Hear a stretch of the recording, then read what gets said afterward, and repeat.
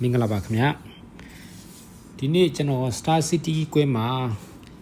Eagle ရခဲ့တာလေးကြွိုင်းရနေပြီးတော့ဒီ Eagle နောက် Eagle ထက်တစ်ချက်ရောရိုက်တဲ့ဟာတွေရဲ့အခေါ်လေးအကြောင်းညဝေပေးချင်ပါတယ်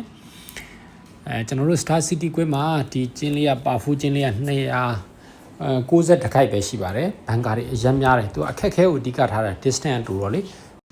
အဖြောင့်တိုင်းရင်တော့သူက310ခိုက်ရှိပါတယ်ကျွန်တော်တို့ကဖြတ်ရိုက်တော့290ခိုက်ပဲဖြစ်သွားတာပါဘန်ကာတွေအများကြီးနဲ့challenge ယူနိုင်လို့ရှိရင်1 on ရိုက်လို့ရတဲ့ကျင်းမှာအဲ့ဒီကျင်းမှာကျွန်တော်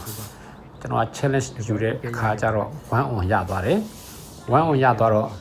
ပင်နာတော်တော်နီးနီးလေးရသွားတော့ဗျာအရင်တော့လည်း6လက်မလောက်လေးရဘူးလေကျင်းတော့မဝင်ဘူးကျင်းဝင်သွားရင်တော့ကျွန်တော်တို့ double eagle လို့ခေါ်ပါတယ် US term မှာတော့လေ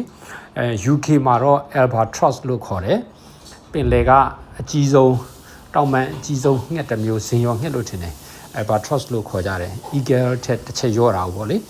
အဲ့ဒါကိုကျွန်တော်တို့ Star City ကွင်းမှာတော့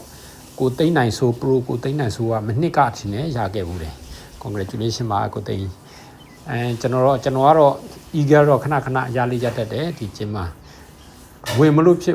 စ်နေကျွန်တော်ကြိုးစားနေတာခုချိန်ဒီတစ်ခါမဝင်သေးဘူးဒီနေ့ကျွန်တော်ရိုက်ဖော်လေးအကုန်လုံးနောက်ပြီးတော့ဒီဗီဒီယိုလေးတွေကိုရိုက်ပေးတဲ့ညီလေးကိုတီဟာသူအားလုံးကိုကျေးဇူးတင်ပါတယ်ဒီနေ့မျှဝေပေးချင်တာက eagle ထက်တစ်ချက်ရော့ရင် albatross ပါတပည့် eagle လို့လည်းခေါ်ပါတယ်ကျေးဇူးတင်ပါတယ်ခင်ဗျာ eagle ဝင်သွားလို့